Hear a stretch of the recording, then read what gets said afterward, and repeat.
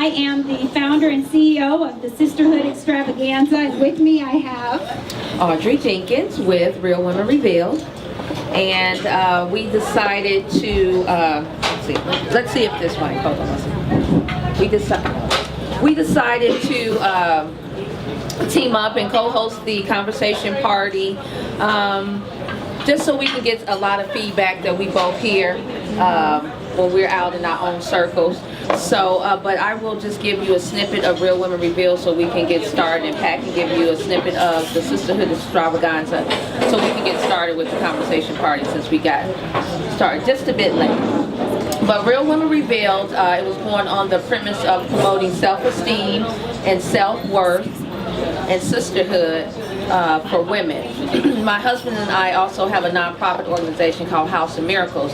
It is a transitional sober living facility. So I will assist the women at the facilities with self-esteem and self-worth workshops. So just want to build a great sisterhood with women, first and foremost for me, so that we can find out where we need to work on our camaraderie and things like that. So that's why we teamed up, but we have some information to give you that you can read a little bit more about that.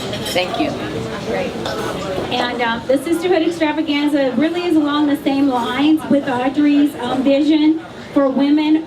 I obviously wrote a book called The Sisterhood because I really wanted women to have those positive relationships with each other. I'm passionate about women having positive relationships with each other. So when I thought about that, I know what Audrey does. She has an amazing live tapings group organization in the House of Miracles. I reached out to her to say, hey, we want to show people in Phoenix how this is done. We want to show them how women really do support other women. And so with that, we were hearing from all of our friends and our circles about, why don't we get together and have a conversation party, because is it really difficult to date in Phoenix, right? Yes. No. Did you see how she just started off with that first question? She just zoomed right into it. So there you go, Pat. There you go. That's how we really want to open this up tonight. Now we have men, women, single, married, engaged. We have it all in the room because we wanted to get the perspective of everyone tonight, okay? So we also are going to be working two sides of the room tonight. We have people that are sitting down over to my right also that are part of the conversation party. Right. So Audrey and I will be going back and forth, okay? Just trying to make sure we capture everyone's conversation tonight. Yeah, we're going to try to get this mic working too, Right. but when you speak, if you can just kind of give your elevated speak tone. Yes. Okay. Yes. So the rules are, right? I'll let you. No. So I'll just hold them up like Vanna. Oh, like on the airline. Okay. The rules are, it's like the respect fan. So when someone's speaking, if you could just try and give them the respect to let them speak, and we have one of each. So if someone's talking like over you, you might just want to do like this, let you know. Like I got the talkers. Right. right. So, right. So we just want to respect the rules. So we have a couple flags, fans, that will go around. And you want to get started with the first question, I think? Is it challenging? Who finds it? Is it challenging to date in Phoenix? My name is Carmel Hood. Okay. And in my experience, it has been somewhat difficult. I will admit I do have a high level of expectation. I will not say that it's only in Phoenix, Arizona, because I've lived probably like 13 different cities before I was even 25, military. So it's not just Phoenix, but since we're speaking about my experience here in Phoenix, it has been difficult for me. I'm not really sure why. Some of my male friends typically tell me that my expectation is very, very high, or I get comments from men that I meet and we get to talk and they say, oh, yeah, when I first saw you, I just figured you were really high maintenance. What is that? Because the thing is my maintenance may be high, but it's mine. I look to no man to support my maintenance. And I think some men they just go there first and they look at it and they go, oh, no, you know, she's expensive or something like that. But the thing is that, you know what, I'm gonna be expensive by myself or with you. Anyway. Since I found myself single recently, I figured I would get out there and try to meet people. So I went online. I dated 5 guys. Woo! And well, when I say date, I mean we went out once or twice. That's still woo. Oh, okay. But then one of them, he's kind of sticking around. So it's like, I found that there are a lot of lonely people out there.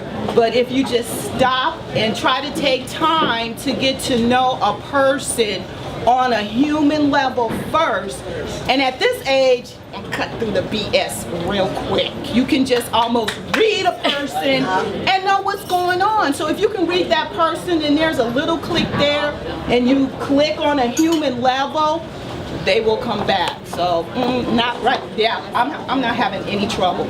Today. Next week it might be something else. But today I'm good. I can agree with you. I think, and I do try to tell my girlfriends this often, when I was single, I did date a lot.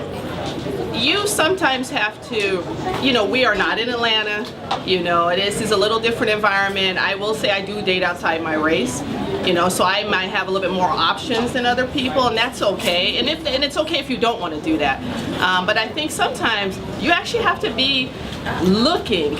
And the feedback that I give a lot of my girlfriends, you got to be looking. Go online. When you go in the grocery store, look, be approachable. You know, I mean, that's just an ongoing feedback that I give people. I mean, I give an example of my sister who is single, and unfortunately she come tonight. My sister meets men in gas stations. She meets men in grocery stores. She meets them everywhere. She's online. She's out there hustling. And I think sometimes we will put all of our work and our time on work, but we don't look at trying to find a mate as a job. It's a job. I mean, I dated a lot. I was out there looking. It was my second job because it was very important to me. So, I mean, so yeah, so that's just all I had to say. And I really don't look to date. I mean, if somebody asks me out, but I don't really go out and look for a date. When I moved here, I'm not from Arizona. Okay, where are you from? I'm from Nebraska. Okay. So, okay, Nebraska. Okay. So, I have dated a few and it didn't work, so I really haven't looked for anything serious in the last probably 5 years, 6 years.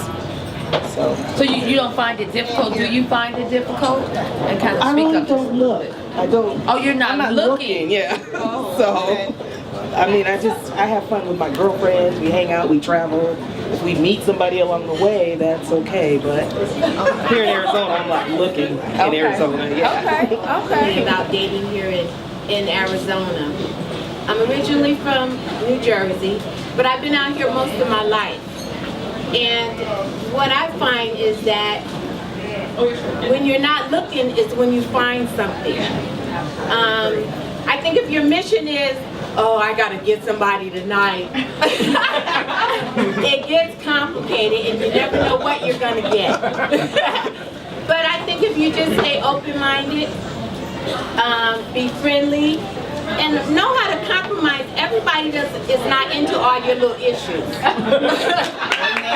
I mean, everybody's just not gonna just turn hoops and do all kind of stuff for you, especially not right away. But stay open-minded, be ready to compromise. I know a lot of women like, oh no, I don't do any compromising. Well, then you're gonna be by yourself. I mean, that's just what it is. And it's the same for men. If you're not into that and you can never be open and you're never going to compromise on anything, I mean, they're not going to want to date you, and the man's not going to want a woman that's not ready for that. If you want to be in a relationship, you have to remain open-minded. You don't have to shoot anybody down right away because no one's talking about marrying your ass.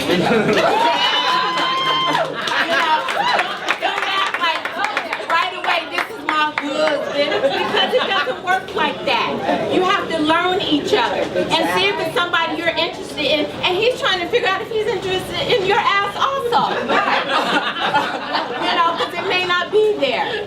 So, I mean, that's my thing. None of it's perfect, but I'm just saying that's how I do it. I don't feel it's that difficult. Like the woman was saying over there, I'm sorry I forget your name, but you just have to be open-minded. You have to make sure that you don't bring your baggage with the conversation initially. Guys, we're simple. We don't want drama. Amen.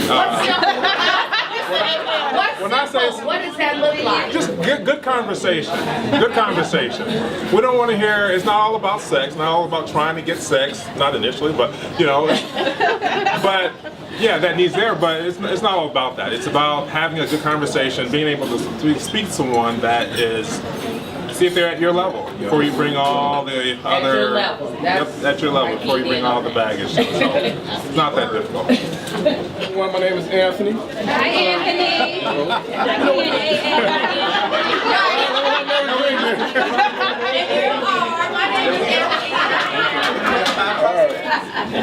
You know, do I find it difficult? Like I said, I agree with most of the women and what you said. I can echo your thoughts too, brother. A lot of what the women said, especially when someone said about pretty much making adjustments. Okay, and that's pretty much what it is. And again, it depends on what you're looking for. Okay, I really don't find it difficult. Some people find it difficult. I mean, it really depends on what you're looking for. Okay, echo your thoughts, bro. What you said, we are simple. I mean, we just want simple things. My thing is, I'd rather be happy than right. I don't need to be right anymore. Okay, and that's the problem I think we've all had early on in relationships. Everybody wants to be right. Just say that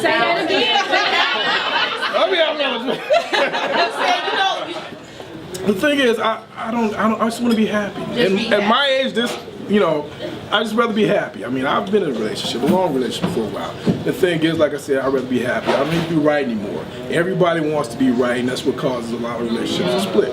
You know, and they really don't even have a problem. They just want to be right. You know, so I really, it's like I said, it depends on pretty much what you're looking for. Okay. But there are challenges. Me, for example, I live in Scottsdale, Paradise Valley. When I first moved here, I had challenges. Now, nothing against race. When you're going up there as a young brother, white women, they just come at you. Me, I like sisters. I let them know that up front. I like sisters. But also, common ground. Because I did talk to a sister up there, and she had me deep sea diving. And I thought, what am I doing? I'm down there touching turtles. What am I doing? So I had to back up and start exploring my interests, and that's why I found my better half through public speaking and engagements like that, educational things. That's why I found my love through commonality, and also you have to blend in and compromise, like the sister said there. So it's not too hard, but when I was single, I felt punished. I'm not even gonna lie. Is online dating safe? Is that popular? Is that something we should be doing? Has anyone had any experience? Is it good or online bad? Dating? Online dating? How long have you been doing online dating? Is this like I did it one time over a period of 6 months because I didn't realize you could just sign up for 1 month at a time. So I just took the package and it was 6 months. Okay. But when I first signed up for it, I did the free package. And I was like, and then I went to bed and I'm not paying for that. And I said, I'll cancel tomorrow. But then when I went back to cancel, it was like I had all these messages in my inbox. So I just got suckered in. Right, that's how they suck you in. So then I was sucked in for the 6 months. And I actually wrote about this experience. But like I said, I met 5 men and I had 5 meetups. And online, it can be safe. Can I interrupt you 1 second? 5 dates, 5 men. What type of chronological order? I mean, was it like Monday, Wednesday? I mean, how did I want to know. Well, you have to make a connection with someone through email or however. And my whole thing is, I don't want to give you my phone number. We should be able to text or email, arrange a meetup, and then look at each other without talking on the phone. And I said, I bet that's a little different from everybody else, so that's the way I'm going to do it. So The first man, we went on 2 dates. He lived in Tucson, and he would come up and fly out of Phoenix, so I had him meet me at the soul food restaurant. We had a really good time. I mean, it was nice, it was pleasant. We had another dinner. It was nice and it was pleasant, but then it just stopped, which I was okay with. What do you mean it stopped? Well, he didn't contact me anymore, Okay, and I didn't contact him. So then I met man number 2. We were able to communicate and meet up. But then early on, I figured out he couldn't keep up. So With then, you? Right, he couldn't keep up. And the way I figured that out was, I was downtown and he was calling me saying, well, I can't find any place to park downtown. And I was like, ooh, he's grown, and he can't figure out how to park downtown. And then He's from Tucson. no, that was man number 1, Tucson. Man I'm number 2. saying the traffic area is different. You know what I'm saying? Downtown Tucson is different from downtown. Yeah, anyway, I'm trying to- you just cut it. Man number 3, I got kind of stuck on, and I'm still stuck on him, and it's like 8 months later, but there's no romance, you know, it's like, it's just, there's no intimacy, but we date. But now I'm getting Is the that pressure. okay with you?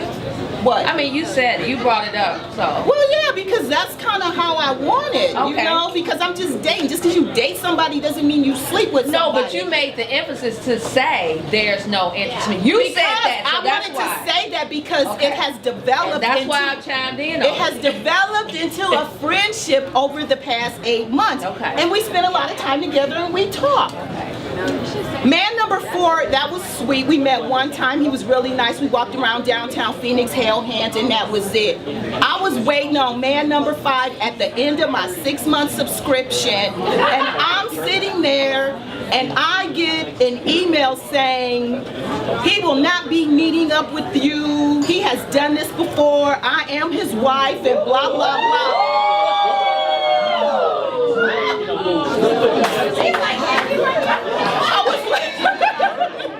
You had to give us some moves in on that. Okay, so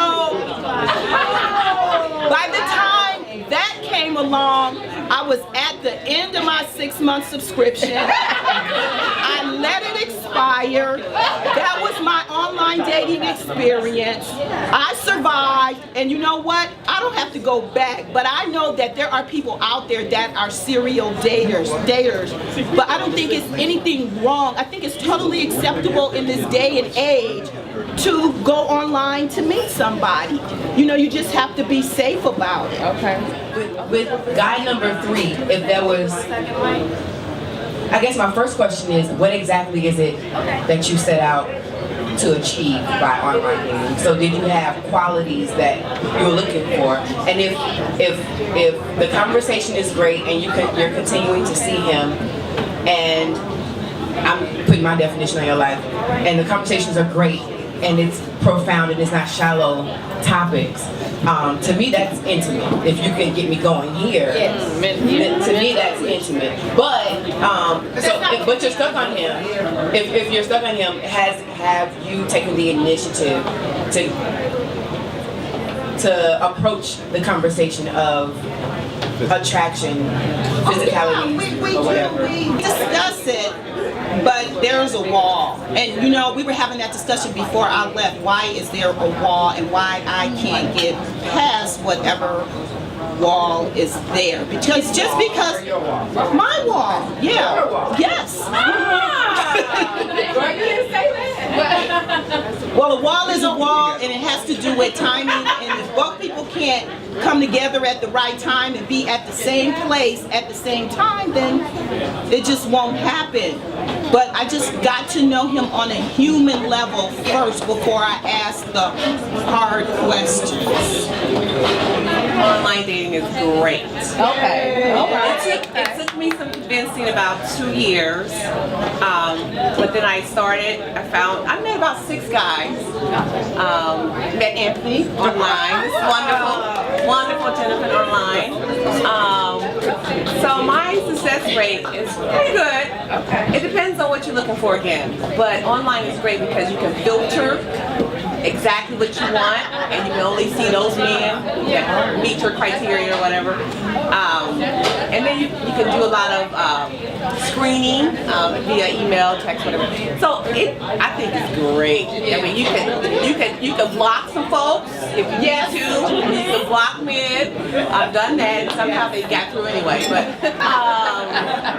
I think it's a wonderful tool. Another tool in this day and age to meet people. Creative tool. Let me ask you before we go to Patrice. When you said that it's been great for you, was it great right out the gate, or did it take a while to become great? No. Well, see, I was open initially, and so I dated men that I would not have normally dated. So I was trying to be open, and I dated non-African American men and tried all that. So that didn't work for me. Then I kind of, I think, elevated up the ladder. The quality got better. As you were more selective. And then I came back to my African American men. Okay. So, and I got some good quality. Okay. I also loved him when I first tried it, and I went through some doozies. And one of the things I found about online, though, is that a lot of times people aren't who they say they are, or the picture that they post. And you get there and you're like, you don't look like that. You know, so, and then sometimes even the personality that they portray online is different when you actually meet them. And so it can be very difficult, you know, dating online, because, you know, you expect people to be quite honest with you, but I say you have to be really careful. Always meet in a public place. Always tell your girlfriends where you go, who you go to meet, what you have on. So just, you know, those, and then you give them a code, like, you know, you have to you call this number, it's good. Take a picture of the license plate. Right. All the security measures when you're doing online, but I had good results. So you would promote online? I would. You would promote. Absolutely. So Dana and I have been married, we don't want to tell you. How long? Like 29 years or so. So, but Kim is our buddy, and she's always over at our house, and so we're going through this with Kim, who she finds to date. So she's online dating, and she's been doing it for a number of years, but when it goes bad, she calls us up, and she's crying. We say, come on over. We don't care what time it is, just come over here. She cries and tells us about it. But we have stories about all her horrible experiences. But I'm going to tell you right now, Kim eventually found somebody. She found somebody online, and she learned how to screen. She learned what she wanted, and it eventually worked for her. Now, she had to, you know, kiss a few frogs. You know, one day she after, you know, I don't know, several dates, she woke up in the morning and found Darth Vader with his, you know, what do you call that? You know, his breathing mask for his sleep apnea. Blinking green lights. She rolled over, you know, screamed and jumped out of bed and came over to our house and told us the story. But, you know, so you gotta kiss a few frogs. But now she found the person. Now my daughter, who's 25? 26, okay. So she's online dating, and she would really like people, first of all, she'd say, could they please maybe take a shower and comb their hair sometime? You know, she's having a very difficult time. But she just has not found the right person. I think she's not going to the right sites, maybe. You know? When you're young, you don't have a lot of money, maybe go to the one Free that, sites. The free ones. yes. Don't do the free ones. Just go ahead and Yes. pay. Yes. Oh, do not do the free. That was my first word of that fine. That there is a problem in this country with regards to black female relationships, which is evidenced in the fact that black women are less likely to be married, more likely to be overrepresented as single head of family households. And so I think the numbers with critical evidence actually demonstrates that there is an issue. I think that a large part of the issue is that as a community, we're producing a poor quality black male than ever before. And I think that really has a lot to do with the heart of the problem. There's various reasons why that is the case, but I think again the empirical evidence will demonstrate that there absolutely is a problem, and it's much greater than just online dating, much greater than a lot of the other issues that we're discussing. So what's the problem, Travis? What's the problem? I mean, we're having some. This is yeah. What's really the problem? He talked about all the things that end up as a result of it, right? He talked about a lot of things of, women are single and, they're head of household, but what's the problem? Because I think what's the deep-rooted issue? And did you say you do online dating? No. He's already with someone. Well, before. Have you ever? No. Okay. Because I know that was the question that was posed, but okay. Again, I think the issue that we're producing a poor quality black male than ever before, which is not to say that this issue only affects black men. I think this country is producing a poor quality person than ever before, what the culture is. But I think at the heart of the matter is that I think as a community we've traded traditional values for more mainstream values, and which is evidence of the fact that we have nearly 1 million black men incarcerated, which is more than any other group. So I think that it really, at the heart of the matter, really is values. That's good. One of the things Travis talked about, and a couple of you have actually touched on. We talked about online dating. We talked about, is that safe? Is that something that we can do? Does it work for us or not, right? And so some of us have had great experiences with it, some not so great. So basically, again, I think you guys will all use your own filter when you leave here to say that was a good conversation. Maybe I'll try some of those tips, tools, techniques that someone did that made it successful for them. Or if you already have your opinion of, nope, I'm not doing it, that's good too. One of the things I think Travis and a couple other people talked about, I think Michelle mentioned race.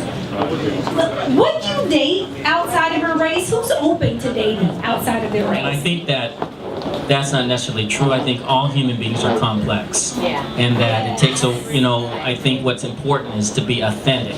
And people are not authentic anymore. They always have a facade. And they would be more authentic when they first meet someone and tell them what their issues are, or not right away just bleed your heart out, but just communicate and then be authentic of who you are. And I think that's very important, and that people right now are not as authentic as they should be.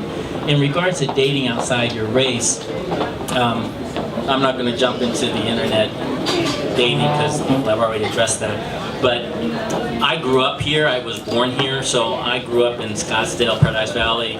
I understand what the gentleman is saying conceptually, but I have a tendency to always look towards sisters, because since I grew up around a lot of Anglos, I didn't have the need to be around an Anglo to make myself feel better or different or whatever. So in that, I would always look for sisters, because I always felt that at the end of the day, whatever my issues were or problems that I had, I could come back and talk to someone who understood my issues and my pain or whatever it was in society, and that she would understand. I didn't have to educate her about my pain. She would understand my pain and my issues that I might have gone through, and she would be able to comfort me better than someone who might have been from another race. Now, that's not necessarily true in all cases, but I'm just saying from my experience, this is what I felt would be the best. Also, the shape of a body of a woman who's African American was more figureful. And You can say it, you can say it.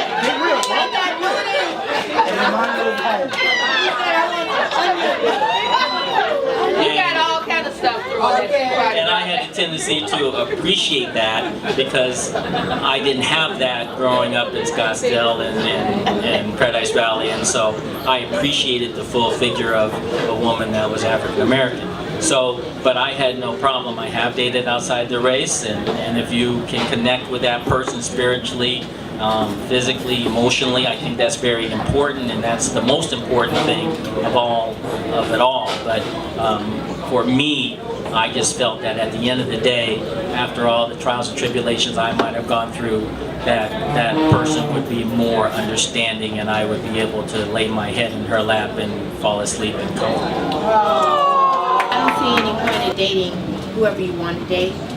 And I think that we need to leave our options open and quit automatically trying to look at the package. Oh no, he's wearing glasses, he doesn't have hair, he doesn't this. Wait a minute, I was like, my man just walked in and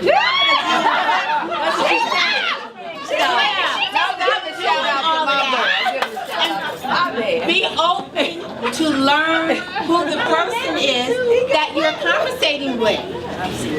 You know, be open to learn. Don't make a judgment in a packet before you figure out what's going on here and here. These are the two important things. I'm not saying you gotta be attracted on some level, of course.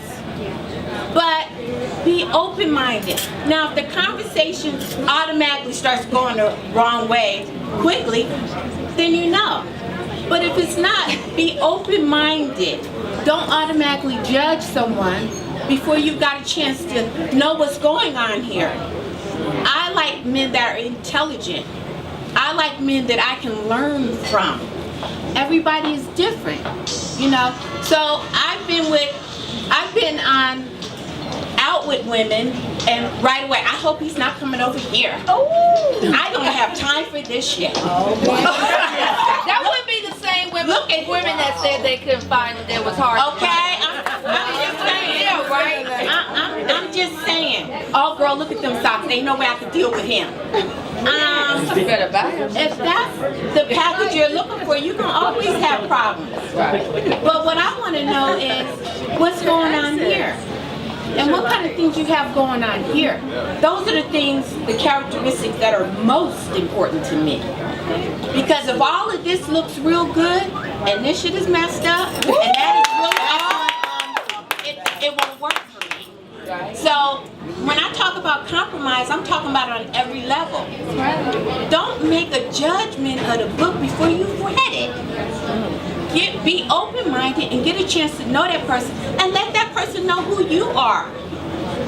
Let that person know who you are and what your issues are. And then you give each other a chance. But before a person approaches you, I constantly say this because I have a girlfriend that is single and she's been single. No one is wanting to marry your ass right away. Just like you're not wanting to marry anybody right away. So if a person asks you, hey, can we dance? Oh no, look what he's doing. Come on now, open up some. Yeah. He's talking about a simple dance. Right. He ain't talking about taking you home. Right. He's not talking about you meeting his mother. He's just talking about a simple dance. And if you look at things for what they are, you'll be able to find somebody. I don't really think you have to look. You have to be good with who you are. You have to be happy with yourself. And when he pops up the table and he says, bam, you need to be saying, okay, I got that. Okay? So, just like you're looking for something, he is also looking for something in the partner that he chooses to be with. Take the time before you jump into the sack to find out who he is. Ask him the questions. I have so many, well, I didn't really want to ask him. Well, how the hell you gonna know if you don't ask? He's asking you all kind of stuff. Come up with your questions and be interesting. Have something to talk about. You know, if I'm dealing with a man and he don't have anything that's of interest to me, then I know it's not going to work. I think on both sides we look for. Do you let him know right away? I'm sorry, I mean. There is nothing really to let him know. Okay. You're just saying who you are, and you're trying to find out who he is. Okay. I'm not trying to make a judgment or anything. I don't have to let you know my baggage is big. Okay, I got 5 kids. I ain't worked in 2 years. I mean, come on, nobody wants to hear all of that shit. What do you have that's positive going on? You know, I don't want to hear about it. Do you slide that in some kind of way at some point in time? I don't think you have to slide anything. Kids in there. You don't have to slide anything. Be your authentic self. Okay. Yeah. All right. Be yourself. You're not looking for it. Let me let them know I got 8 kids. No. Maybe you don't want to put it all out there right away. There's 8 of us. Some people might say I want to. I mean, it's okay. I'm not. Hey, if that's how you want to do it. Right. But if you think about if what you're doing is not working for you, you might want to change it up. That's all I'm saying. Think about, do I need to change it up? Because a lot of the things that we are looking for as women in a relationship, men are looking for the same thing. And you get women saying, well, he never did call me back. And I done texted him 8 times. For what? I mean, if I ain't calling you back, you don't need to text me no 8 times. I think it just speaks for itself. In the same way. Right. Nobody wants to be dealing with a bugaboo. Don't overdo it. You know, and if you call me, have something to say. Just like if I call you, I have something to say, not, oh, what are you doing? Right. Okay. I'm talking to you. He said he got something to say to you. I date outside my race. I would date outside my race. I prefer black women, but I would date outside my race. I don't have a problem with other races. However, in opposition to what she was saying, I hear women all the time talking about, oh, I don't want to date him, he's short. I don't want to date him, he's this and that. Well, you're taking away the person's choice. So yeah, it's okay for people to have a preference, but I think you should make sure you have your choice. Hey, if I don't like you, I'm not going to talk to you. But if I do think you're attractive, I'll try to make eye contact. And if we make eye contact, maybe I'll say something. Other than that, nope. But the choice still has to be there, because I was married for 15 years and I will not settle for Jack.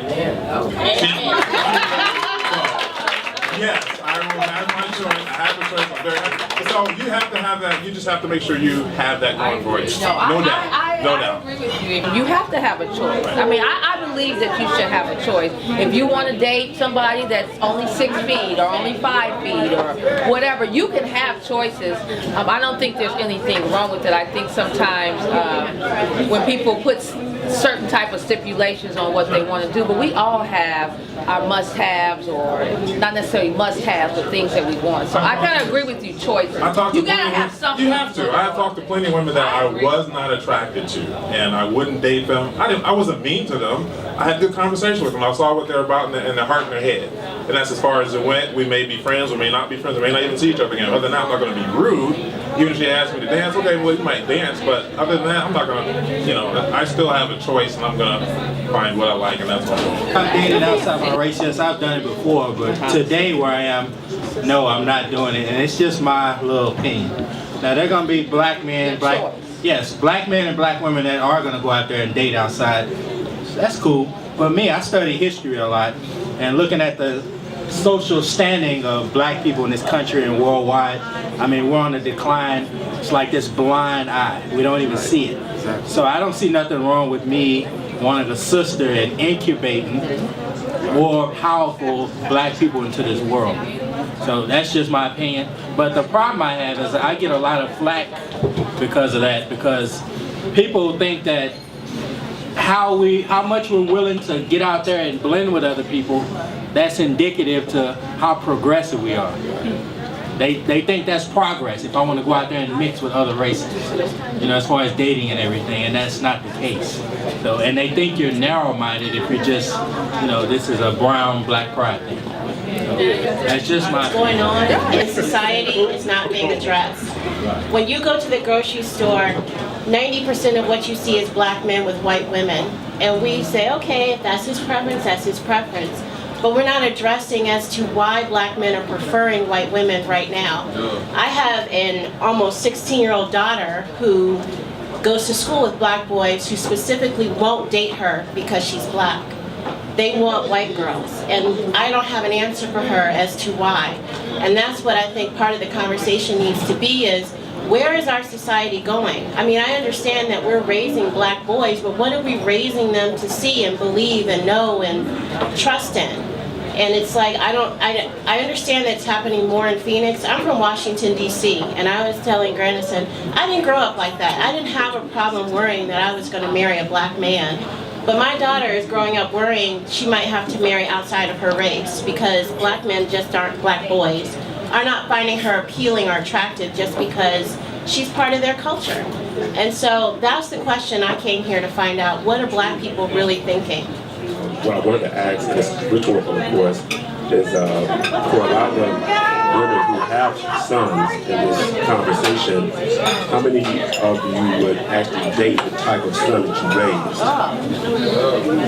And I think that really, and that's great that you produce the son that you would, but I think that really ties in the current with the past, because men don't grow on trees, they're raised. And so we have to ask ourselves, what quality of man are we producing, you know? And if really is just that simple. Walk It's okay, and I totally agree. However, just like trees, they need nourishment. They need some trees need what do you call that? Soil. What do you call fertilizer? And there are different types of fertilizers. And men are very responsible, just as women are responsible for making these men the kind of men that we want to marry and ordain. So yeah, I totally agree with you too.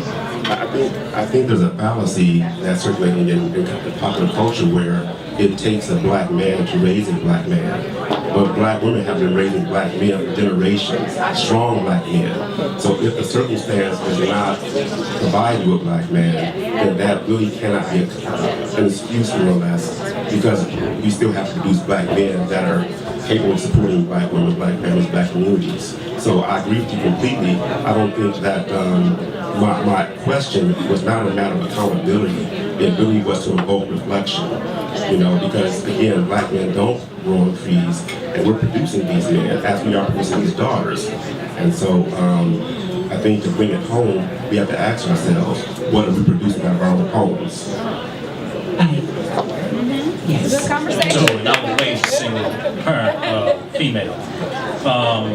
So we're here with being in Phoenix. I've been here 4 years.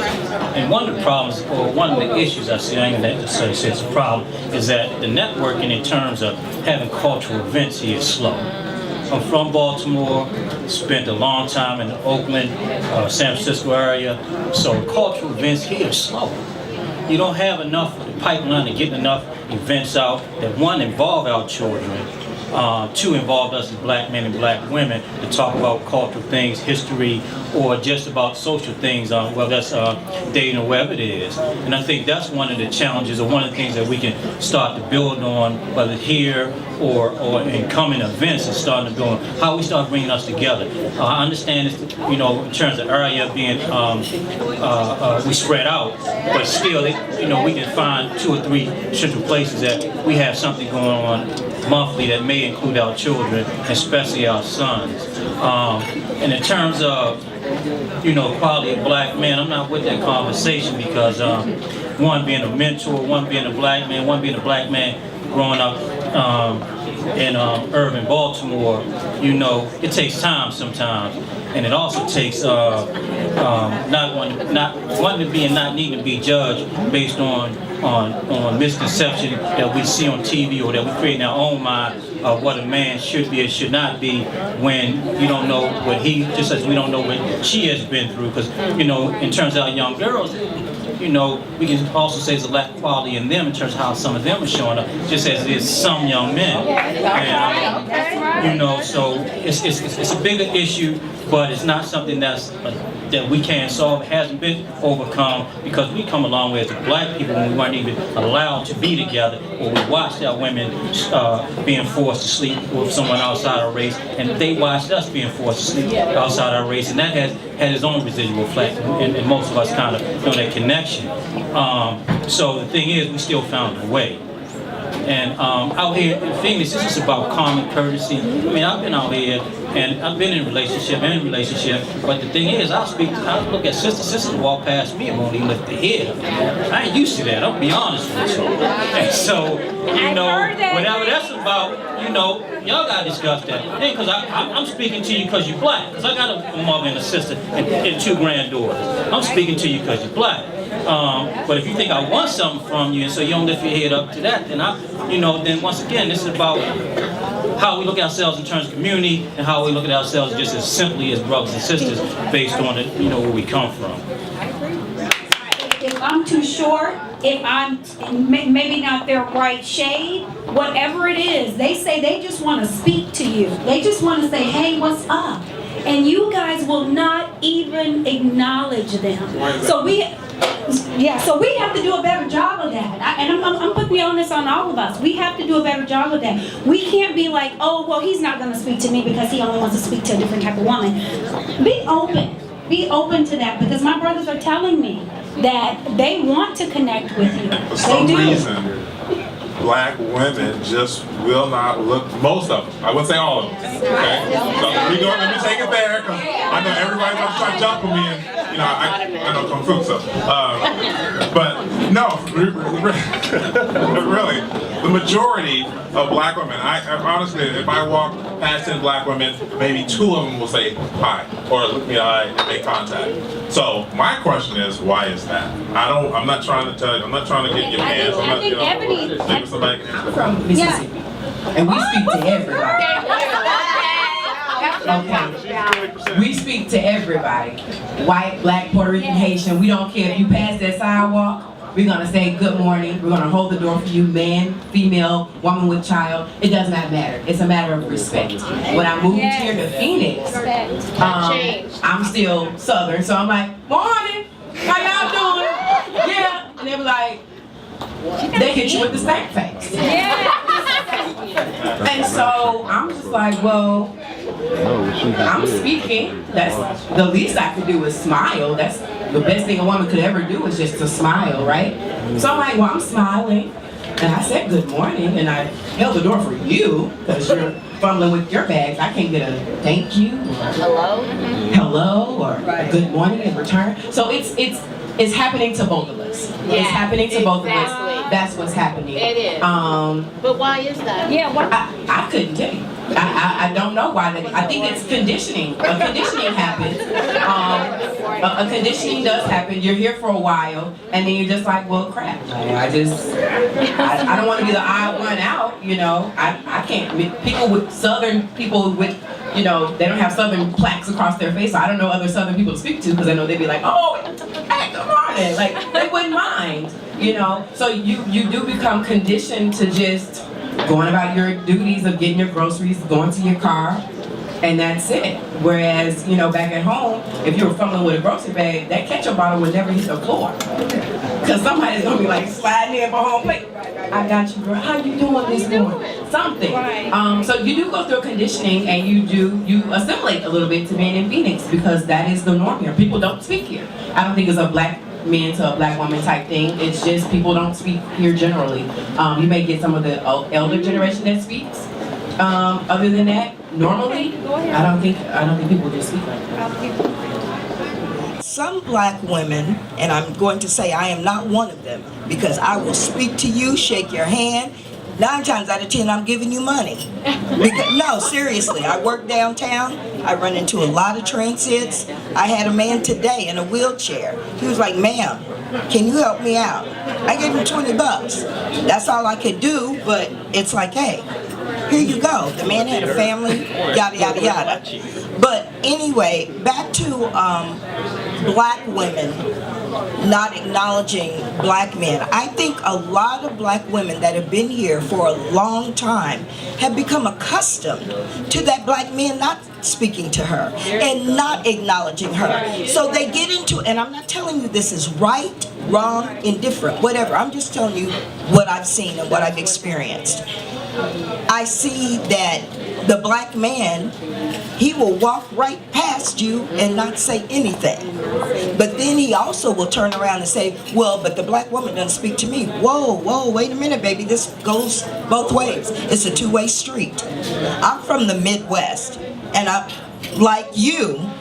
If you are struggling to change a tire, if you're struggling to get your groceries out of the car, most men are there, they're on top of it, and they're ready to help you. And it doesn't really matter what the color of your skin is. The point is this is a female that needs some help. And that man says, you know what? I am going to be a gentleman. And that comes back to me having 2 sons. I have 2 sons. I told them when you were born, you're a boy. As you grow older, hopefully, you become a young man. But when you get older than that, you are a man in the sense. But to become a gentleman is a choice. To become a lady is a choice. That's not something that's just there and it happens. You were either raised that way or you make the choice yourself to embrace that behavior and to conduct yourself that way as a woman or as a lady or as a gentleman. And it's very important. I think black women have just gotten to the point where it's like, you know what? He's not speaking to me, I'm not speaking to him. Here we go. Well, after a lot of that happening, it filters and it just flows through to the next person, to the next person, to the next person, and before you know it, you have Phoenix, Arizona. And as far as interracial dating is concerned, I think you presented the options. You do have your preferences, and in Phoenix, you just get outweighed by your options. And it's good to stretch a little bit, get outside of your comfort zone, and roll with those options sometimes. Furthermore, nobody said you have to find your mate in Phoenix. I think I said that on your taping. Nobody said you had to find your mate here in Phoenix. If you have some Southwest frequent flyer miles, go where you're in season. Okay? You don't have to find them here. It's okay. Get outside of your comfort zone, get outside of your box. Go hiking, go skating, go do something different. You might find him there. Go deep sea diving. You never know. You might find him there. It may be a black person or a person of a different race that actually connects with you on a different level, although they don't look like you. It's okay. Absolutely. Great. Thank you, Evan. My name is Ken Spell, and sort of coming a little late. I had a business appointment, but sort of hearing what the conversation.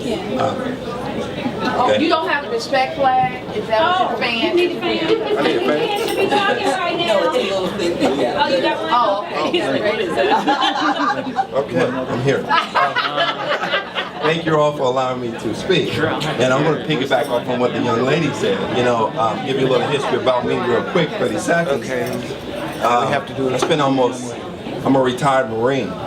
And, you know, I've been around different cultures. I lived in Japan for 8 years. I lived in the Philippines. I lived in Korea. I traveled Southeast Asia, Southwest Asia. I've dated black women. I've dated white women. I've dated Koreans. I've dated Chinese. And I've dated Japanese.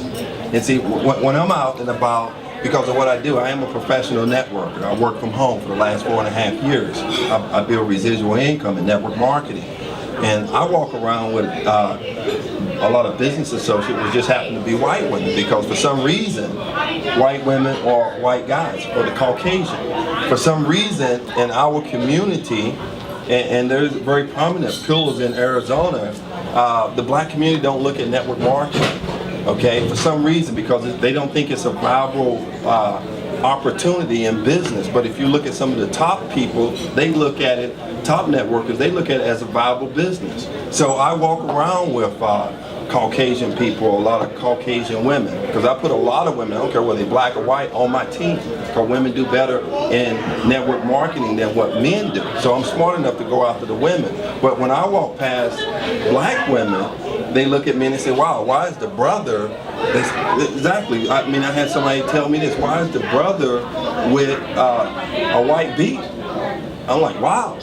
I said, maybe because the brother don't want a woman like you that got an attitude like that. And I'm not knocking on sisters, because it's like all the brothers, you know, we're talking about a percentage here.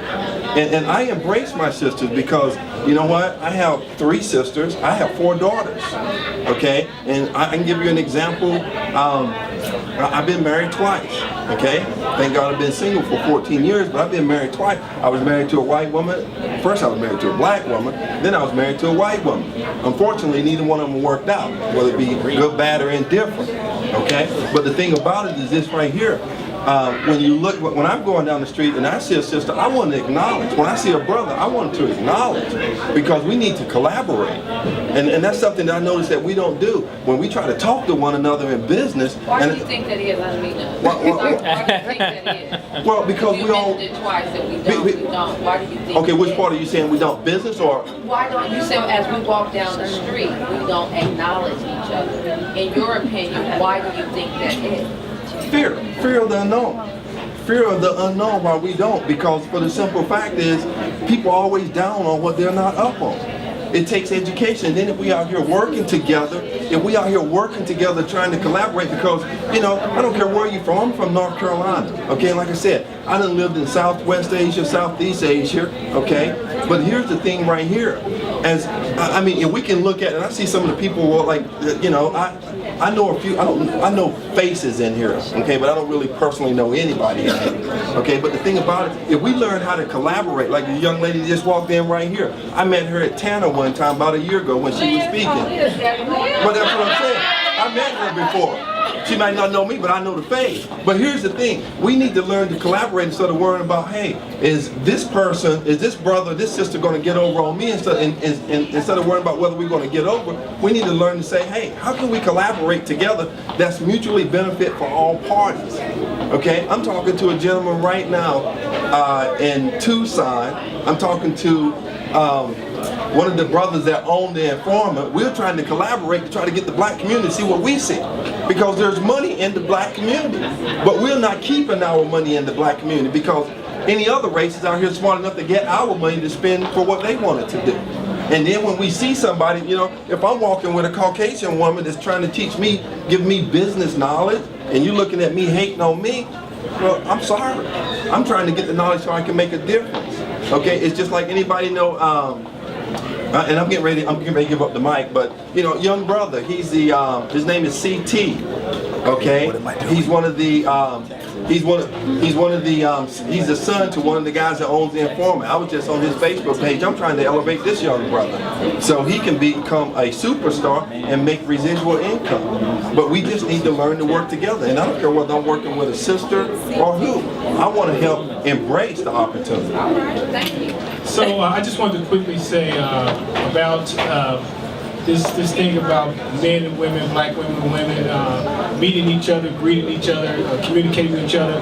I think one of the problems is this the myth that gets perpetuated when people, most of the people, a lot of people that are here in Arizona are from somewhere else. So when we come here and we start talking about, hey, black women don't do this and black men don't do this, and you know, here, now that you're here in Arizona, think about it, about where that person is from. That person is bringing that from somewhere else. So it's not here. Stop blaming Arizona for you not willing to change, be the change that you want to see, versus blaming on the fact that now you here in Arizona and ain't no brothers talking to me, ain't no sisters talking to me. You be that role model, be that what you want to see, and it'll start happening. That's all I got to say. I met my man in Arizona. From Chicago, Illinois. The first thing out of people's mouth is where they from. So if you was in Chicago and you talk to everybody, if you was in Mississippi and you talk to everybody, if you was in Baltimore and you talk to everybody, how did it stop all of a sudden? You know, so I think what happens is you become, and nothing against people who are from Phoenix. I got a lot of friends from Phoenix, but you become a Phoenician and you try to blame it on Arizona, that's why you don't talk to anybody. And it, like Ebony said, it just came down to conditioning. You get mad because then somebody talked to you, so you're going to take it out on the next person, not talk to them. But if in Chicago you talk to everybody, then be from Chicago. I'm going to claim Chicago every single day. Even when I lived in Phoenix for 20 years, I'm going to claim I'm from Chicago, Illinois. And if that's what I used to do when I was back home, I'm going to stick to my roots. And I'm going to talk to everybody that walked past me. It doesn't matter your race. It doesn't matter your age. It doesn't matter your gender. That doesn't matter to me. What matters to me is people, how you think, what's in your heart. And so, yeah, exactly. So you just need to stick to your roots and don't get conditioned. Because we can make Phoenix whatever we want it to be. And the truth of the matter is, Phoenix is a melting pot. It's composed. That's the beautiful thing about Phoenix. That it's built of people from every different part of the United States. So I think if we really want to make it this melting pot and make it great, you stick to your roots and you talk to everybody. You shouldn't, we always talk about, and we say it's a problem when people become a product of their environment. We talk about black men and young youth become a product of their environment. They get incarcerated and go to jail. You can't be a product of your environment and come to Phoenix and try to blame it on where you live. You ain't left. You still live here, so it's not a bad place to be. Okay. Yeah. So I think we need to stop blaming our geographic location and start taking ownership and blaming it on ourselves and just change. All right. All right. Thank you. So I challenge Black sisters to figure out what is it that you need to do different, because if something's not working for you, then obviously you need to change. And that's what I would like to challenge everybody, is figure out what is it that I'm doing when I go out and I see people and I'm not getting the results that I came here to get. And one of the things that I tell my daughter all the time is be open, be presentable, be accepting, be approachable. And that's what he's, as a Black male, is teaching my Black daughter.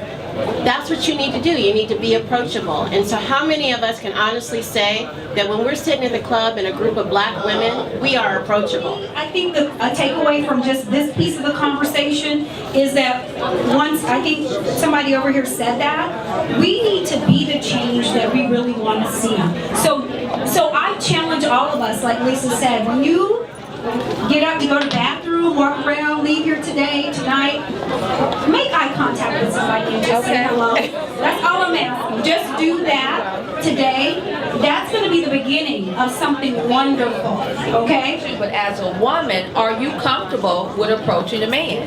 If you say he didn't give you contact, maybe he didn't see you, maybe he doesn't know you're interested, are you okay with making the first approach or the first step to let him know that you're interested? I asked him out because we worked together 3 times. 3 times? Wow. And there was always a reason why. There was a reason why he said no. I don't know what the reason was, but at the 3rd time I was not happy. So I figured, okay, I'm getting the message now. And, but we're working late together. In fact, we stayed overtime and worked overtime, and there's no one around, and he's not going anywhere. And so I walked over and said, oh, so what are you doing? You want to do something? This is after I've asked him already today, can he go out? He goes, sure, let's go out. I said, you know my mind. I said, what? How come you told me no earlier? Why are you changing my mind? I should have never said that. In my mind, I said, oh no, stop. So I stopped. And so we went out. But yeah, he had a reason. He had a really good reason as to why he couldn't go. But I had to ask him 3 times. But he said yes, and it worked out. The ladies in this room were out partying with me. And about to call out. Yes, I'm getting ready to call some people out. And it's amazing. The person who shared this story with me really isn't here, Coco. She was in the club with her friend, male friend, African-American male friend, and she was with a table of other women, 3 or 4 women, okay? Was it 4? 4 of you? And 2 men at the table. Now, this man had been in there with these women, and all of a sudden, a woman walks up to him. Now, she doesn't know the situation. He's at the table with 4 other women. But she was interested in this guy. And she wasn't us. She was a white woman who walked up to him, approached him. He was with 4 other sisters at that table. But she knew what she wanted, and she went forward. I was in that party, and she literally came up and we were talking in a conversation. And she just came up and looked at him, approached him, disregard to all of us sitting at the table, actually gave me in a couple up and down look like, you know, I am about to pull this man from you. And but what she didn't know was that he wasn't going. So so it was just very disrespectful. That's been in that party. And it was almost as if we just got spit on, you know, so I just didn't appreciate it. That's how you felt? And you know, and I don't feel, we were at the club, and I don't feel that we needed to be the ones to approach the man. We're constantly out on the floor dancing, and we come back, we're still with the same group. There's only 2 men, there's 4 women. There's only 2 men. None of the other black men that were standing around looking, lurking, would approach any of the black women. This was a very good crowd of black women, educated, you know, professional, and we were not being approached. good looking, you know, and I don't understand why. And I don't know why we have to be the aggressors, or why we have to become that white woman and approach the man. So do you feel that approaching a man, you're being aggressive?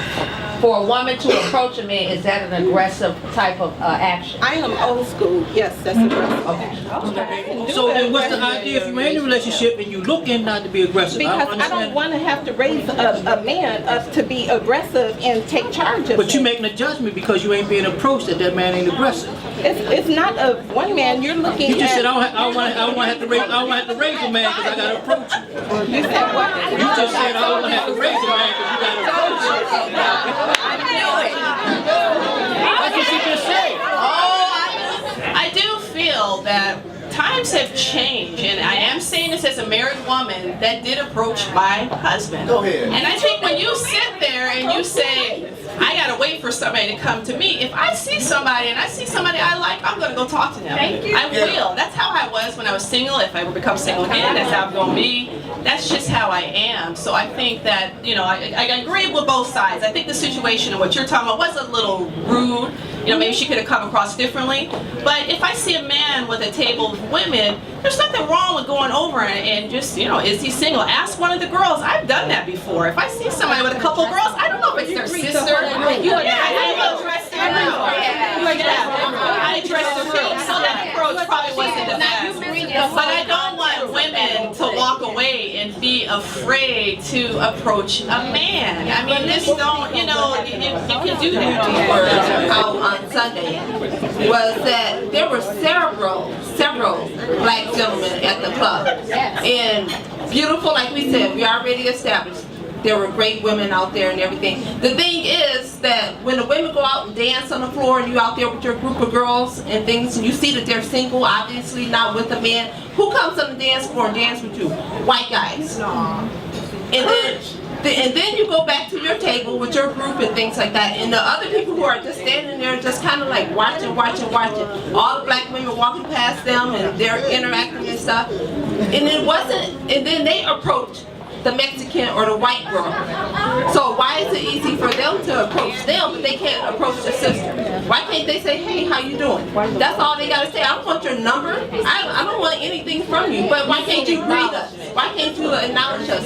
But yet you can acknowledge somebody else of a different race who walks past you and greet them and go out and dance with them and not join the other black women who are out on the floor. And that was the thing that was kind of frustrating when we were out with the group that we were out with.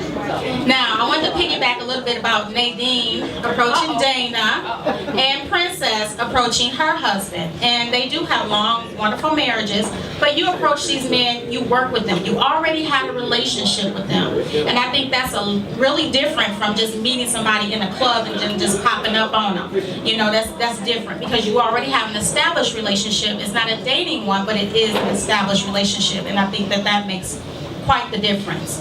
I believe that you don't have to be aggressive as a woman, but eye contact is just like everything works with somebody. I know how to do my eyes. I know how to, they're little, but I know how to work them, okay? In order to show a man that I'm interested. And if I'm showing him that I'm interested, then I believe that should be the door opening for him to approach me. So I'm not so old school that I won't move or I won't get up and dance, because my sister will not dance unless she dances with a man. I'm not that way. I will get up and dance and just enjoy myself. So in the same respect, I feel like if I'm giving you eye contact, if I'm making, you know, those moves, you know, you can pick up on that. I mean, we are species that understand that type of electricity. So if I'm showing you that I'm interested in that door is open, that is a way of being aggressive but not being overly aggressive like this woman who had come up to the table.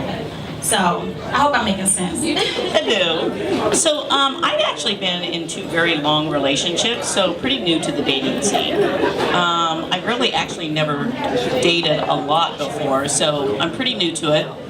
So what I find interesting is I think I'm kind of old school, because way back when, you know, you look at your dads and you're like, the man's supposed to come ask you to dance, the man actually calls, that kind of stuff, right? But kind of what I've been noticing, when I was out a couple of weekends ago, and I saw all these men up against the wall, women were dancing on the dance floor. And so I approached this gentleman, and I'm like, why is that? Right? And he goes, so I'll answer your question, watch this. He walks over to a table, 3 women were sitting there, and he asked 2 of them to dance. And they're like, no thanks. So he comes back, he goes, so that's my answer. He goes, so if women had to do that, and how many times we get rejected, do you think that women would then approach men? And I'm like, ooh, gosh, yeah, that would kind of hurt. So then, I was talking to another gentleman, and I'm like, you're extremely attractive, right? Like, why don't you have a girlfriend? He's like, so no women approach me. And I'm like, so do you wait for women to approach you? He goes, so kind of what I've learned is you approach a woman and they're not very receptive. So now I wait for women to approach me. And I just found that kind of different, right? Just because I've not been in the dating world. So I'm like, has the tide kind of changed, right? In a man's perspective. I don't know. I think that from a male perspective, if a woman were to approach me, there would be a qualitative difference in my level of appreciation as opposed to a woman that I approached, you know. And I know that depending on the development of the guy that's being approached, if a woman approaches him, he may see that as an opportunity that could be trifled with, or you know, he may take that less serious than a woman who he has to pursue and approach and demonstrate his level of engagement or commitment to getting her interest. So I think that that's a reality that has to be contended with, which is that you know, if you approach a guy, he may have a different perspective of you.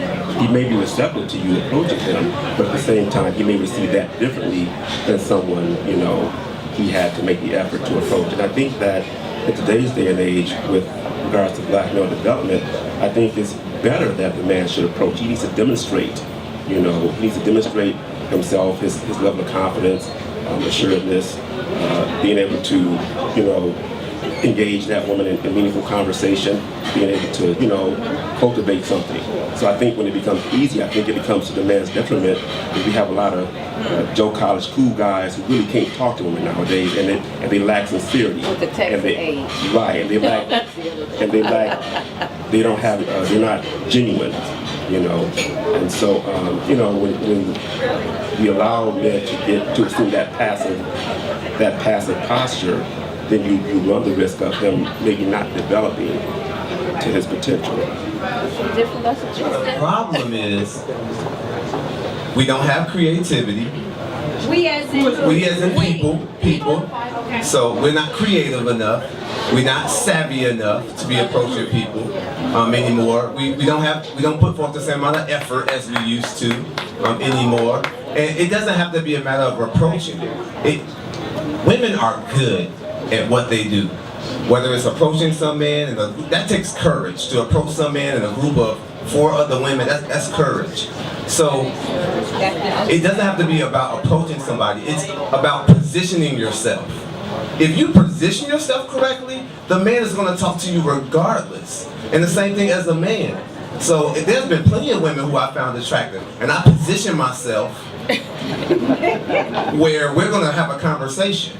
Whether that needs to be by the restroom, at the bar, at the table, at this empty seat right here. If I was attracted to this young lady in the pink and that seat is empty, I'm going to position myself. So where we're going to have a conversation where it don't seem like I'm approaching you or you're approaching me. We just happen to be in the same place at the same time, and now we're going to have a conversation. So if you're savvy enough, you can make things happen. So it's not about being an aggressive, it's about being a go-getter. The same way you go after that job, or you go after your goals and you go after your dreams. If you think this is a good man or a good woman, then you go after that too. You just got to position yourself. T.D. Jakes wrote that book, Reposition Yourself.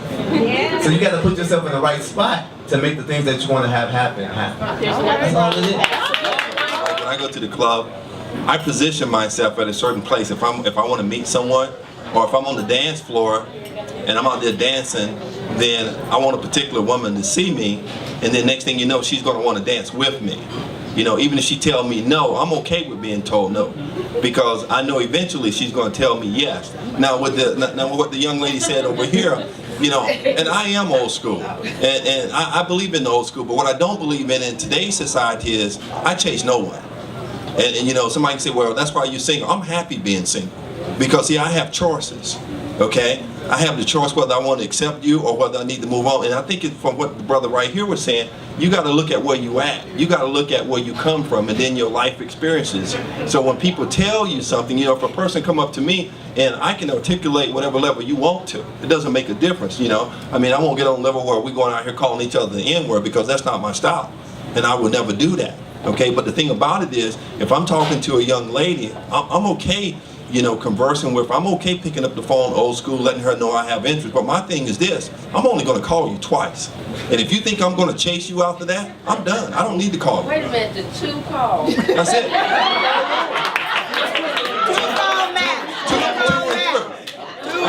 No, I'm serious. I'm totally through. But that's okay, at least you call. I call. I'm letting you know that I have interest in you. Because I know somebody, it was, you know, when you said that, you know. Oh no, I'm only gonna call you, I'm only calling twice. I call you, let you know I'm thinking about you. We done met, got together, had coffee. I'm gonna call you again and say, hey, how's your day going? And if you can't respond to me, if you think I'm gonna be texting you and keep texting you, you got the wrong brother, because I'm not the one. Because now I'm setting my boundaries, I'm setting my standards, and I'm gonna respect you. And you can tell what type of person you got, whether it be a woman with a man or a man with a woman. You know, if I go out with a girl, I can tell the type of person she is. Hey, you know what? Let me get the door for you. I can tell whether the guy's been opening the door for her because she's trying to open the door herself. Hey, you know what? We're going to get together and we're going to go out. Let me open the door for you.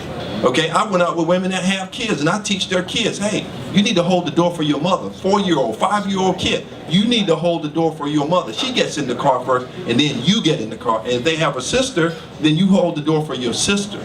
Because you know what? That's the way you want to go. And if I'm going out with a woman, she always want to grab the door, I just sit back and say, well, she ain't used to a man. And I just leave it alone. And then if I'm with a gentleman, okay? And here's the thing. And you know, you talk about if a woman approach you. A woman can't, it's okay for a woman to approach me. I'm all about that. But then you're going to tell me, and what I mean by that is, you're going to tell me who you are. You can approach me and you can start talking to me, and then next thing you know, you want to sleep with me the first night. You ain't the type of woman I want to take home to my mom. Yeah, that's right. Because all I know that you would be, if I decide to go down the road, you're going to be my playground. And when I get tired of playing with you, I'm going to move on. Right. So you got to know what type of woman you're dealing with. But on the other side, too, I'm not one of these brothers, I'm going to go 6 months and we out here hanging out together. I ain't going to go 6 months and think I'm going to wine and dine you for 6 months. It ain't happening. And see, I have a 2-rule, too. I'll take you out to dinner 2 times, and the 3rd time, you need to be taking me out to dinner. That's the way I look at it. And she should. Right. And if you can't afford it, I mean, when I say take me out to dinner, you can take me to McDonald's. I don't care.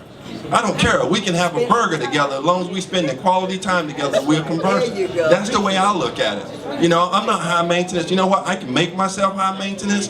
And you know, I'm going to say this and leave. One time, my background is finance, okay? I was going out with this girl one time. She asked me, would you take me out to a $400 or $500 meal? I said, hell to the no. She said, why not? I said, when you can take yourself out, then I'll take you out. That way you pay for yours and I pay for what I'm getting. I don't need to take you out to a 4 or 5. All I'm doing is making somebody else rich. Okay, take me to McDonald's. I don't care. It's the conversation that I want with you.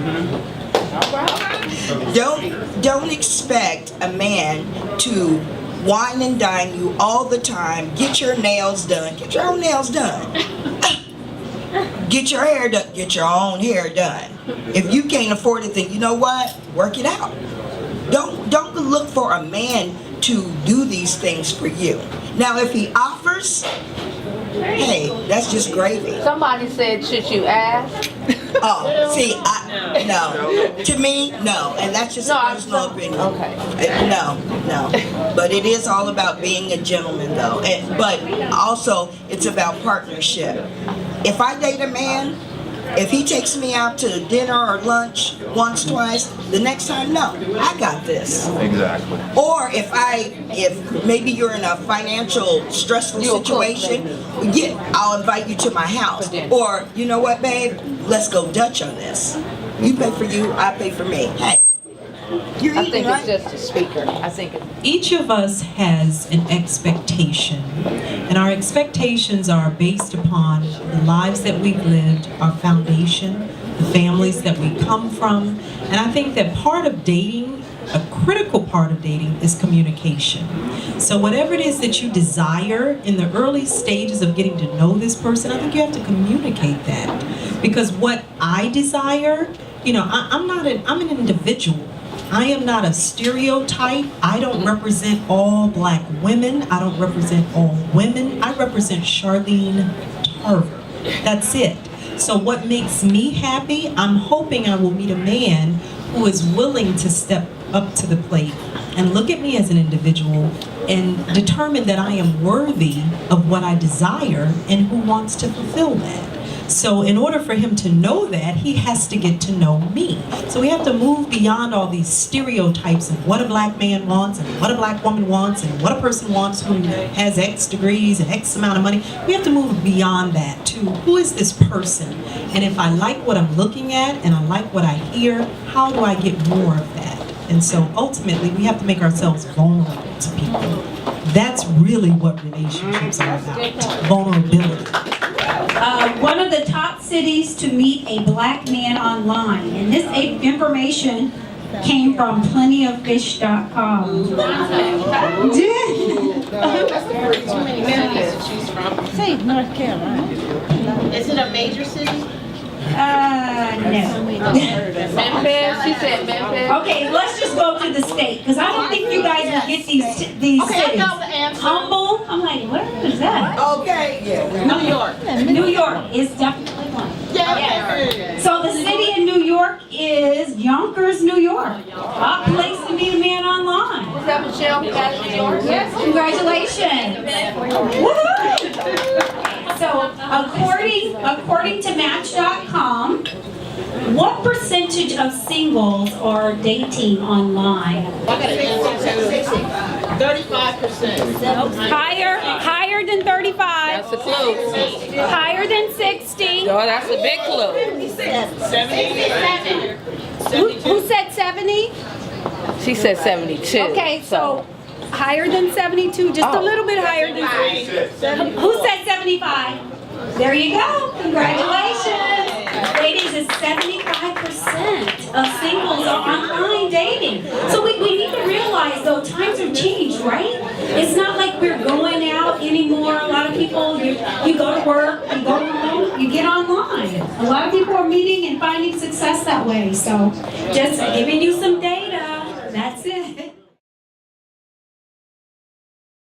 Right, Luana. So this is the after effects of the Real Women Reveal Sisterhood Extravaganza conversation party, and I just want you to let everybody know, what did you think about the conversation party, and what do you feel that what did you take away? First of all, Audrey was an awesome and we want you to look right in the camera and say it all. Okay, first of all, Audrey did an awesome job. Also with Sisterhood Extravaganza. My girl Pat. Definitely did a really awesome job with the event. The event, first of all, was packed. So there's, that's a plus right there. But I really got what they were talking about as far as relationships go. Recently, being out of a relationship and just seeing what some of the ladies suggested as far as getting out there dating. Also, the biggest thing that I really did get is that I noticed there's a little race card that's been getting played a lot lately with being somebody that's actually biracial. It was really interesting hearing the comments about white women, Hispanic women, the way that we don't look each other in the eye as far as women go in general. Okay. So for you, that was kind of what you took some takeaways. Mm-hmm. And since you said you're recently out of a relationship, so did some of that help? Did some of those information that the ladies and the men talked about, was that some of the things that you would maybe implement to think about moving on to dating in the near future? Some of it was interesting. I'm not the type to approach anybody, so you know, it was interesting. Just hearing the part about how ladies actually go and they are approaching other men. I can't say I would do that. I kind of believe in, you know, when a man finds a wife, he finds a good thing. So I kind of, you know, agree in that aspect. It was some different information. I do agree with the whole double Dutch thing and being able to sew back into the relationship. I'm not a big going outer because I'm so, you know, do so much business. So it was interesting hearing what they were talking about with going to the club. Okay. And how they're looking for that mate in the club. I can't say that I would ever go to the club trying to look find, for your mate. To find a mate. It was just interesting hearing that topic, especially with how I ended up in my past relationship. Okay. It was interesting how people are actually meeting each other as far as dating goes. But it was some real topic. I mean, the one lady had me rolling when she was saying, I was just sitting back like, okay, I'm not gonna say nothing. It was really interesting when she was just talking about being a lady, you know, being trained up to be a gentleman. I did appreciate what the older, there was an older gentleman that was talking, you know, a little bit younger than everybody out there. So she's more than 12. She looks 12, but she's about 30. So, but it was interesting when he was talking about like opening doors and things like that. I guess in my generation, it's called the millennium generation. And since we are the millennium generation, we do not communicate. We text, we do Facebook, all of that. So it was interesting hearing to understand. Yes, where everybody was coming from, and just hearing the aspect about individuals that's been married and talking about the standards. Because I know personally, after my past relationship, my standards went skyrocketed up to the sky. They normally do. But I appreciate that feedback. So I'm gonna bring my girl Pat up. She's got a next testimonial from what went on. But I appreciate it, LaWanna. Thank you so much. Make sure you stay tuned for the next one, so we can get you. We got you on the testimonial. We didn't get her in the actual conversation part, so we're gonna change that around next time. Okay. Definitely. All been right. so much fun. Thank you so much. Hi, this is Pat Gillum, and I'm with Cynthia. Cynthia just attended the amazing conversation party about love and relationships. So Cynthia, what were your thoughts? It was great. I had a good time. I learned some things. Some things will work. Some of the things wouldn't work for me, because I would like to know up front, you know, some of the comments about dating and meeting somebody, and you don't want to know all their stuff up front, but I do. I'm in my 50s. I don't have time for. I don't want to date a guy who's got 8 kids. So that's not doing that. So those are, there was a good topics. Okay, what about the online dating topic? I know that came up a couple times this evening. You know, is it safe to date online? Have you found success online, or maybe not? So what do you think? I joined recently on online dating. I shut it down already.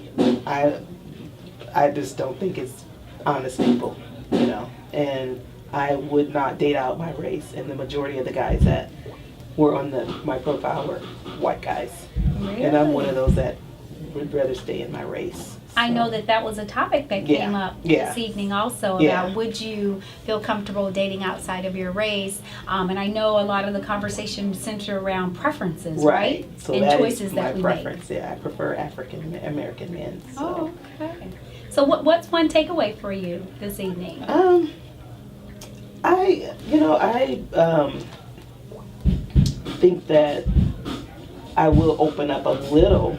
You know, I'm not afraid to approach a man at all. Oh, I have no problem with that. So, and I just will probably get out there more, because I really don't. When I'm out, if I meet somebody, that's fine, but I don't just go out and look.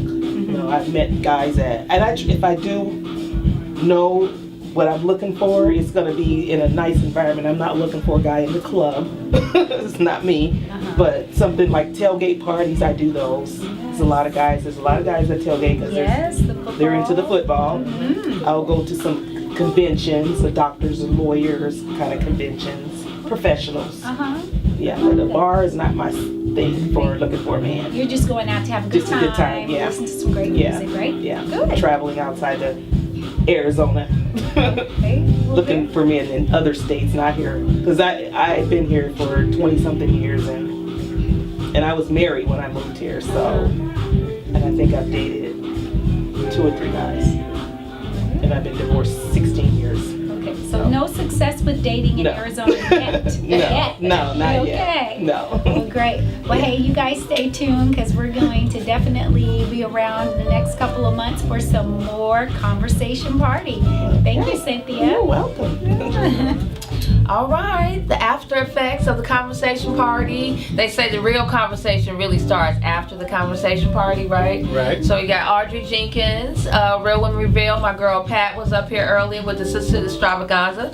So Audrey Jenkins will be getting some information from Xavier Jenkins about the conversation party. So what, right, from the male perspective. So what did you think about the event? And what did you feel that you took away from it? I thought the event was great. Large crowd. Everyone was very enthusiastic about it. A lot of participation. So I think it was great. Everyone seemed to be having a good time, enjoying themselves, and in tune and to what the conversations were about. So okay. I was happy to see that. Good. I know you made a point with the one guy. You guys kind of when we were talking about dating and why is this in Arizona and why they do that in Arizona and this is going on in Arizona, you made the point, which was a good point, and the other brother, I think his name was Anthony, he made a really good point too, to say why is it just Arizona, because most of the people that I meet, 90% of the people that I meet probably, if my percentages are correct, are not from Arizona. Right. So can you just talk a little bit about that, what piece of the conversation that was going on? Right. What it appeared that we both were in agreement on was just simply that a lot of people migrate here to Arizona from other states, and you bring your personality, your style, your customs, your traditions, your beliefs, your ideas, your habits, you bring those with you. So to get here and then all of a sudden say that, you know, everything is bad here because of being here, that I can't do this, I can't meet anyone, I can't date, women don't talk to me, men don't talk to me. Well, what were you doing before you got here? Right. You know, and implement that. Right, that allowed you to be successful to a certain extent. It's not just a geographical location that prevents you from being yourself. It's you that's preventing you from being yourself. So yes, there are some things that are different here. I've been here for over 10 years now, and they're different here from where I grew up in a major, metropolitan city. However, you make the best of it, and if you be your authentic self, then you will meet other people that are authentic. Because you met somebody authentic. That's you right. your That's life, right. What? They don't know what they thought, right? That's right. So I was very successful with that, Right. and so I grew up in Oakland, California, and my wife, she is from the Midwest in Gary, Indiana. So we met each other here in Arizona. So it can happen. So you have to be open, like the gentleman said. Be your authentic self. Bring your game. Bring your program. Bring your yourself here to Arizona and show yourself and others, who you are and what you're all about, and you'll meet like-minded people. There you go. That's it. Big time. All right. Thank you. All right. We got the after effects again after the conversation party, Real Women Revealed, and Sisterhood Extravaganza, my girl Pat. And we have one of our attendees, Eureka, Miss Eureka, the oils lady. She got a lot of things going on, but she do got the good smell goods. But anyway, that was a plug. You see that plug? I heard the plug, y'all. World Scent. Right, World Scent. So we just want to find out how what you thought about the conversation party and some what you took away, some takeaways from it.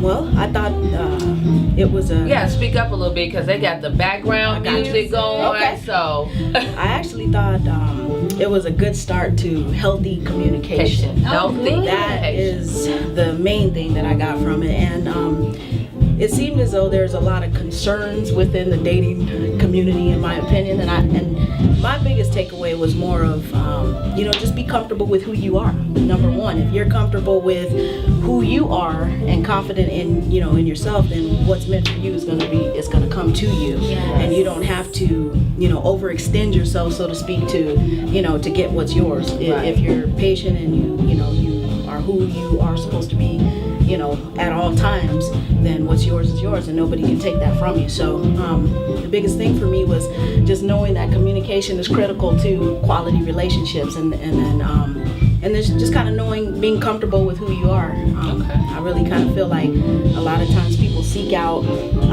fulfillment in others before they're fulfilled in themselves, and a lot of that tends to turn into unhealthy relationships, and then bitterness, and then it all starts with you, that person in the mirror. So that's kind of what I got from what I heard. Very good. That is great. Any because you said that there seems like there was the relationship, so I think that's why we kind of centered it around relationships, because that's what a lot of people do want to talk about. Yes. I mean, you know, people want to talk about, people want to express, and people want to know, and people want to get feedback from it. So I think that's why we decided to kind of go kind of relationship type of thing. So Pat, what you think? People are engaged I think people really do want to talk about relationships. They want to talk about, you know, what works, right? What doesn't work?